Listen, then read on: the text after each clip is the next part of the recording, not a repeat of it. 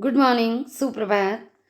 आज हम पढ़ेंगे कवि रैदास के पद। रैदास का नाम रविदास था। वे संत परंपरा के कवि थे।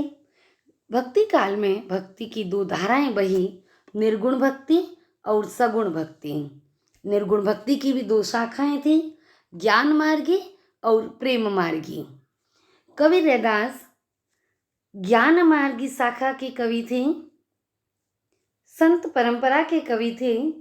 जिस प्रकार कबीरदास जी ने बाह्य आडंबरों का विरोध किया और नीति और व्यवहार की बातें समझाई, कवि रैदास भी हमें नीति और व्यवहार की बातें समझाते हुए प्रभु भक्ति की प्रेरणा देते हैं।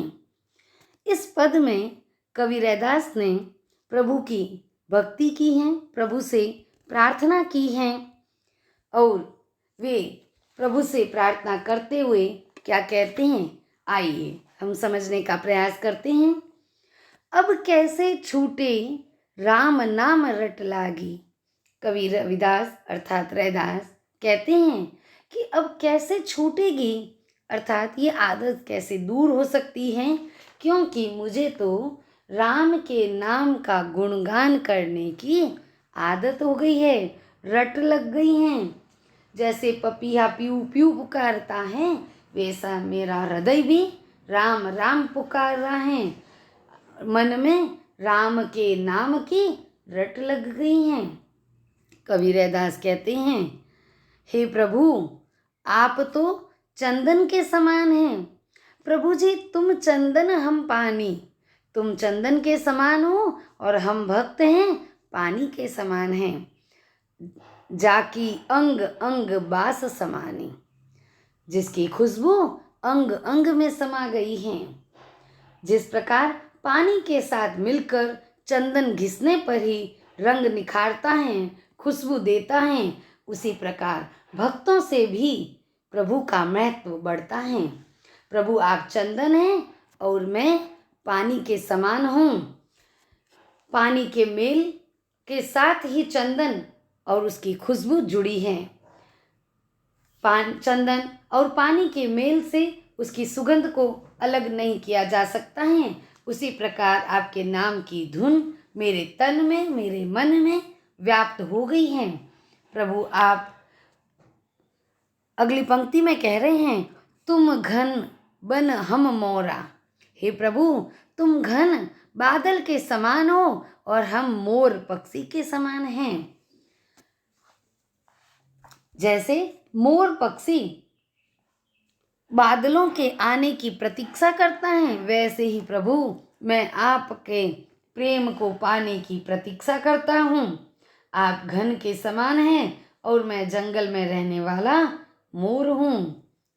मैं जैसे चितवन चंद चकोरा, जैसे चकोर पक्षी चितवन होकर एकटक होकर चंद्रमा को निहारता रहता है, उसी प्रकार मैं भी आप ही की ओर रुख किए हूँ। आपको अपलक देख रहा हूँ, मैं आपको अनवरत देखता रहता हूँ। चकोर पक्षी की भांति आपको निहारता रहता हूँ और प्रसन्न होता हूँ। प्रभु जी तुम दीपक हम बाती। कवि कहते हैं, हे प्रभु आप दीपक के समान हैं तो हम भक्त उस दीपक की बाती के समान हैं। जाकी ज्योति बरे दिन राती। जाकी अर्थात जिसकी ज्योति बरे यानी बढ़ती हैं, दिन रात बढ़ती जाती हैं। आपके प्रेम में मैं बाती के समान जलता रहता हूँ, उसी ज्योति से मेरे मन में प्रकाश रहता है। कवि कहते हैं, हे प्रभु आप मोती के समान हो, ठीक है, और मैं धागे के समान हूँ।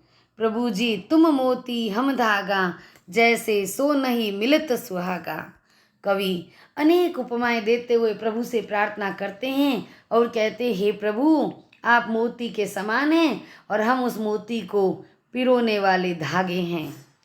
कवि कह रहे हैं कि मैं उस मोतियों को मिलाकर एक माला बना देता हूँ, वह धागा हूँ। अर्थात प्रभु भी भक्तों से ही सुशोभित होते हैं।